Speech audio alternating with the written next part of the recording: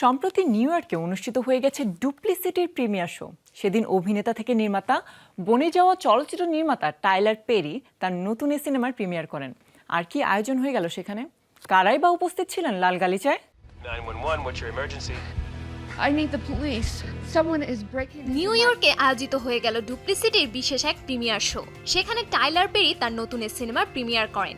এই সিনেমাটির লেখক, প্রযোজক ও পরিচালনাকারী চলচ্চিত্র টাইটান বলেছেন যে তরুণদের সৃষ্টি এবং সহযোগিতার জন্য অনুপ্রাণিত করাই প্রাণবন্ত রাখে তাকে। রেড কার্পেটে উপস্থিত হয়ে পেরি বলেন, যদি কখনো টাইলার পেরি স্টুডিওতে যাওয়ার এবং সকল তরুণদের কাছে আসার সুযোগ পাই, তাহলে এটাই আমাকে সামনে এগিয়ে যেতে ও অনুপ্রাণিত করতে সাহায্য করবে। এই প্রজেক্টে আমি দুর্দান্ত একটি গল্পে কাজ করেছি যা আজীবন আমার মনে থাকবে। এরপরই সিনেমাটির মুখ্য অভিনেত্রী টাইলার লেপলি এ প্রসঙ্গে নির্মাতার সঙ্গে তাল মিলিয়ে বলেন, কখনো কখনো আপনাকে আলাদা হতে হবে, সময়ের প্রয়োজনীয়তা অনুভব করতে হবে। নিজেদের একটি বৃত্তে আবদ্ধ করে রাখা যাবে না। আমাদের সাথে অন্যরা মিশতে বা কাজ করতে পারবেন এমন বর্ণবাদ ভাবনা থেকে বেরিয়ে আসা উচিত। এই ভাবনা চলন্ত একটি নৌকার গতি কমিয়ে দিতে পারে। অন্যদিকে কাজ করার মতো যথেষ্ট যোগ্যতা ও সৃজনশীলতাও আপনার আছে কিনা তা ভেবে দেখতে হবে।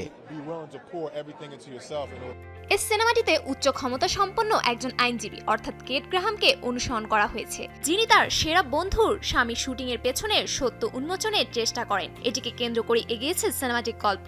এই প্রসঙ্গে কেট গ্রাহাম বলেন, আমি সব সময় মোটাউন শহরের মহিলাদের দ্বারা অনুপ্রাণিত হয়েছি, কারণ তাদের সঙ্গীত বিশেষ করে একটি প্রজন্মকে প্রভাবিত করেছে এবং একটি বিপ্লব পরিচালনা করতে সাহায্য করেছে। আমি এই মহিলাদের তৈরি সঙ্গীতকে হালকাভাবে নিই না, তাই এটি আমার কাছে এত বেশি অর্থবহ যে এরা আমাদের সমাজে প্রতিনিধিত্ব করে।